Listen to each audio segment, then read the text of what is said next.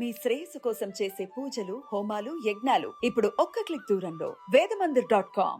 ఓం గం గణపతియే నమః. స్వర్ణలక్ష్మి నమస్తే అస్తు. పరబ్రహ్మ స్వరూపిణి రాజ్యం దేహి ధనం దేహి సర్వకామాంచ దేహి మే.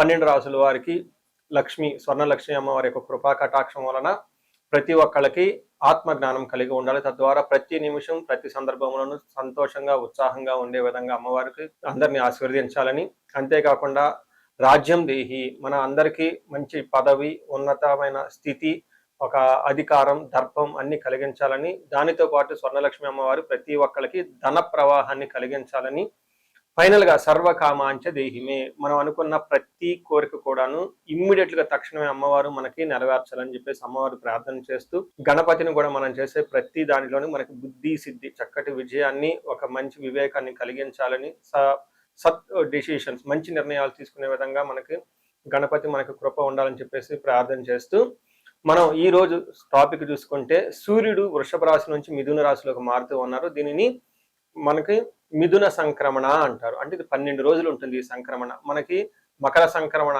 మకర రాశి ఎలానో ప్రతి నెల ఒక్కొక్క సంక్రమణ వస్తుంది. ఇప్పుడు రాబోయే సంక్రమణ మిథున సంక్రమణ అంటారు. ఇది 30 రోజులు ఉంటుంది. 15వ తారీఖు జూన్ నుంచి జూలై 15 వరకు ఉంటుంది. ఈ 15 రోజులు సూర్యుడు మిథున రాశిలో ఉండటం వలన ఏం జరుగుతుంది 12 రాశుల వారికి అని తెలుసుకున్నాం. అయితే ముఖ్యంగా సూర్యుడు మారటం వల్ల సూర్యుడు ఎలాంటి విషయాల్లో మనకి ప్రభావాన్ని చూపిస్తాడని తెలుసుకుందాం. సూర్యుడు వచ్చేటప్పటికి ముఖ్యంగా 8 రకాలైన అంశాలపైన ప్రభావాన్ని చూపుతూ ఉంటారు. ఒకటి, అందరూ బాగా గుర్తుపెట్టుకోవాల్సింది ఏంటంటే సూర్యుడు ఆత్మకారక అంటారు. అంటే మనకి సెల్ఫ్ కాన్ఫిడెన్స్, మనకి కావాలన్నా స్ట్రెంగ్త్, సోల్, ఆత్మబలం ఉండాలి, కానీ సూర్యుడు చక్కగా ఉండాలి. కాబట్టి సూర్యుడు ఆత్మకారకుడు. అలానే రాజ్యకారకుడు, ఒక పదవి రావాలన్నా, గవర్నమెంట్ అథారిటీ, అడ్మినిస్ట్రేషన్ పవర్, వీటన్నీ రావాలన్నా కానీ సూర్యుడు మనకి స్ట్రాంగ్ గా ఉండాలి.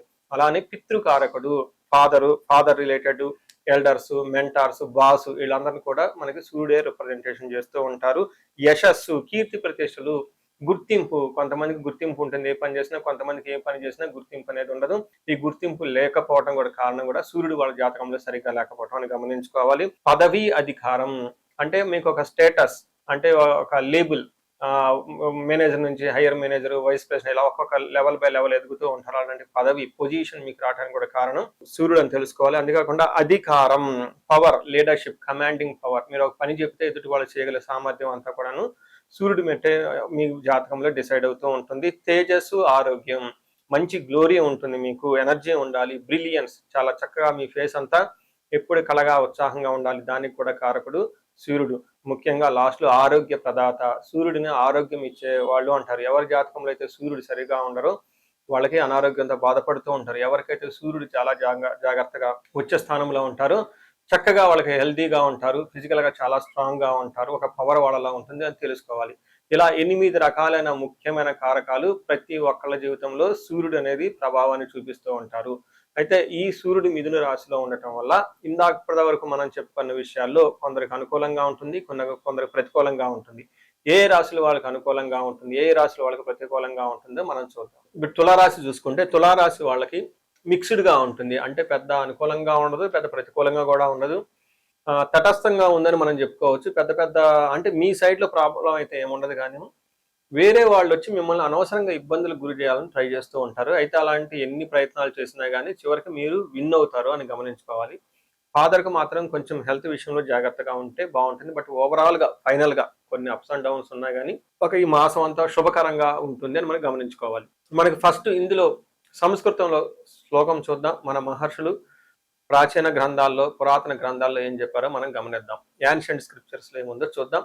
ఇందులో మనకేం చెప్తారంటే నిందపరాధ కలహం నిర్దోషచ్చ ధనక్షయం పుణ్య లాభార్థనాశచ్చ విచారో నవమే భవేత్ రవి. అంటే 9వ స్థానంలో కనుక సూర్యుడు ఉంటే ఏమవుతుందంటే, చాలా గుర్తుపెట్టుకోండి, నిందపరాధ అంటే మీకు ఎలాంటి సంబంధం లేకపోయినా కానీ మీకు గొడవలు పెట్టుకొని మీ మీద నిందలేస్తూ ఉంటారు. కలహం, గొడవలు పెట్టుకుంటారు. మీరు ఇది అది అని చెప్పేసి మేము టైటిల్ యాడ్ చేసి మీ యొక్క హార్డ్ వర్క్ అంతా వాళ్ళు లాగేసుకొని ఆఫీసుల్లో మీ బాస్ కానీ, వాళ్ళు కానీ, మీ కొలీగ్స్ కానీ, సీనియర్లు కానీ మీరేమీ చేయలేనట్టుగా వాళ్ళు ఒక పిక్చర్ని సృష్టించే అవకాశం ఎక్కువగా ఉంటుంది. నింద, అపరాధం అంటే మీరు ఎలాంటి మిస్టేక్ లేకపోయినా కానీ మీ వెనక 100 రకాల మిస్టేక్లోనే చెప్పే అవకాశం ఎక్కువ ఉంటుంది. గొడవలు పడే అవకాశం ఎక్కువగా ఉంటుంది. నిర్దోషచ్చ కలహం. మీలో ఎలాంటి దోషం లేదు, నో ఫాల్ట్, కానీ స్టిల్ మీకు బ్లేమింగ్స్ వచ్చే అవకాశం ఎక్కువగా ఉంటుంది. ధనక్షయం, ధనం అనేది విపరీతంగా కరిగిపోయే అవకాశం ఉంటుంది. పుణ్య లాభార్థ నాశాచ, మంచి ఉద్దేశంతో మీరు ఏదైనా పని చేస్తే దానిలో లాభం ఉండదు. అయ్యో పాపం అని మీరు హెల్ప్ చేయాలనుకుంటే అది తిరిగి మళ్ళా మీకే వచ్చే అవకాశం ఉంటుంది. మీలో 100 రకాల లోపాలు ఎతికి మీకు కావాలని చెప్పేసి మిమ్మల్ని ఇన్ఫీరియారిటీగా కాంప్లెక్స్ గురి చేసి, భయభ్రాంతులకు గురి చేసి, వాళ్ళు ఏదో గొప్ప వ్యక్తులు అవ్వాలి అని ప్రయత్నం చేసే వాళ్ళు ఎక్కువ ఉంటారని గమనించుకోవచ్చు. విచారే నవమే, అనవసరంగా ఇలాంటి పనులు జరుగుతున్నాయి ఏంటి, నా మానా నేనున్నాను, నన్ను ఎందుకు ఇబ్బందులు పెడుతున్నారని మీరు విచారానికి గురే అవకాశం ఎక్కువగా ఉంటుంది. అయితే ఇది ఆకాశంలో క్లౌడ్స్, మేఘాలు వచ్చినట్టు పోతున్నట్లు వీళ్ళంతా ఒక ప్లానెడ్గా చేసే అవకాశం ఉంటుంది. కాబట్టి మీరు ఈ వీడియో చూస్తున్నారు, మీకు విషయం అర్థమవుతుంది కాబట్టి చాలా కేర్ఫుల్గా ఉండండి. వేరే వాళ్ళు ఏదైనా మీ మీద వేసినా కానీ మీరు అడగకుండా తొడకుండా జాగ్రత్తగా ఉండండి, చక్కగా ఉంటుంది. ఎందుకంటే తర్వాత సూర్యుడు మీకు చాలా అనుకూలంగా ఉంటాడు. ఒక మంత్ తర్వాత ఈ 1 మంత్ పర్టికులర్గా 15th నుంచి 25th వరకు కొంచెం సహనంగా మీరుంటే ఆ తర్వాత అన్ని ప్రాబ్లమ్స్ అవి ఆటోమేటిక్గా తొలగిపోతాయి. ఓవరాల్గా సూర్యుడు మీకు మంచి చేస్తాడు, అన్ని విషయాల్లో ఇబ్బంది అయితే ఏమీ పెట్టడు, చక్కగా ఉండే అవకాశం ఉంటుంది. సో ఈ రాశి వాళ్ళు అష్టైశ్వర్యాలతో చక్కగా ఉండాలని, భోగభాగ్యాన్ని అనుభవించాలని చెప్పేసి నేను కోరుకుంటున్నాను. మనం పరిహారాలు చూసుకుంటే సూర్యుడికి కొన్ని పరిహారాలు మీరు చేసుకునే పరిహారాలు కొన్ని ఉంటాయి. కొన్ని వచ్చేటప్పటికి బ్రాహ్మణ పండితులతో చేయించుకోవడం చాలా ముఖ్యం.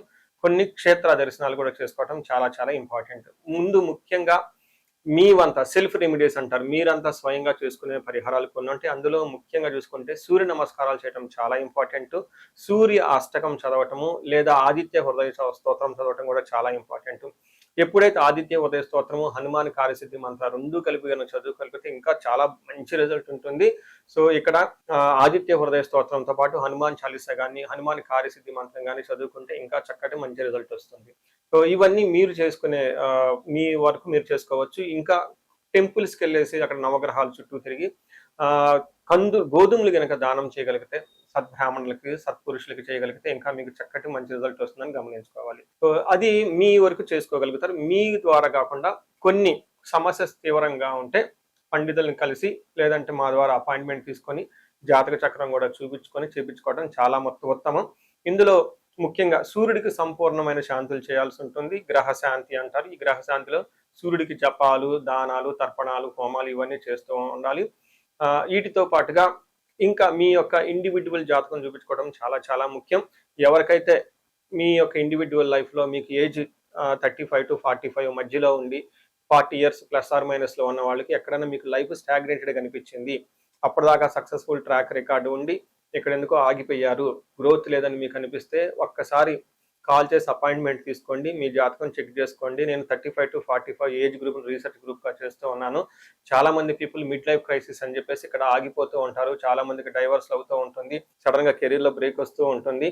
సో ఈ మిడ్ లైఫ్ క్రైసిస్ ని మన ఆస్ట్రాలజీ, వేదిక్ ఆస్ట్రాలజీ ఎలా డీల్ చేస్తుంది, దాంట్లో ఏమేమి ఉంటాయి అని చెప్పి తెలుసుకోవచ్చు. ముఖ్యంగా జ్యోతిష శాస్త్రం ప్రకారం గ్రహ శాంతులు అని ఉంటాయి, గ్రహ దోషాలు అని ఉంటుంది. మీ యొక్క దశలు తెలుసుకొని వీటిల్లో ఏదైనా ఒక గ్రహం దోషం ఉండటం అయితే మీరు స్టాగ్నెంటెడ్ అయిపోతారు. దాన్ని ఎలా బయటకు రావాలని పరిహారాలు తెలుసుకోవాలి. వీటితో పాటుగా మీకు ఏమైనా శాపాలు ఉంటే, పితృశాపం, కాలసర్ప దోషము, ఇలా మాతృశాపం, స్త్రీ శాపం, ఇంకా ఏమైనా యాక్టివ్గా శాపాలు ఉన్నాయా, ఈ శాపాలు ఉండటం వల్ల కూడాను మీరు లైఫ్లో గ్రోత్ లేకుండా ఆగిపోయే అవకాశం ఉంటుంది.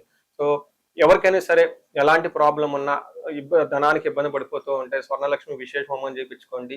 మీకు వీసా స్టాంపింగ్, H1B, లైక్ ఎక్కడన్నా ఉద్యోగంలో ఎక్కడన్నా బ్రేక్లు వచ్చి ఆగిపోతూ ఉన్నా, లేదంటే ఫైనల్ రౌండ్ దాకా వచ్చి మధ్యలో ఎక్కడన్నా ఆగిపోయినా కానీ మీకు ఇలాంటి వాళ్ళకు కూడాను మన్యు పాశుపత అభిషేకము, రుద్రాభిషేకం చూపించుకోవడం చాలా చాలా ఇంపార్టెంట్. భార్యాభర్తల మధ్య గొడవలకు అన్యోన్య దాంపత్య పాశుపతం చూపించుకోవటం. ఎవరికైనా సర్పాలు, కాలసర్ప దోషాలు, మహాకాలసర్ప దోషాలు అంటే కాలసర్ప దోష నివారణ పూజలు, పితృదోష నివారణ పూజలు మీ యొక్క జాతకం చూసుకొని ఇవన్నీ చేసుకోవటం వల్ల జీవితంలో 10 రెట్లు ఖచ్చితంగా వెళ్ళే అవకాశం ఎక్కువగా ఉంటుందని గమనించుకోవాలి. మీ అందరికీ అష్టైశ్వర్యాలు కలగాలని, భోగభాగ్యాలు కలగాలని చెప్పేసి కోరుకుంటున్నాను. నమస్తే.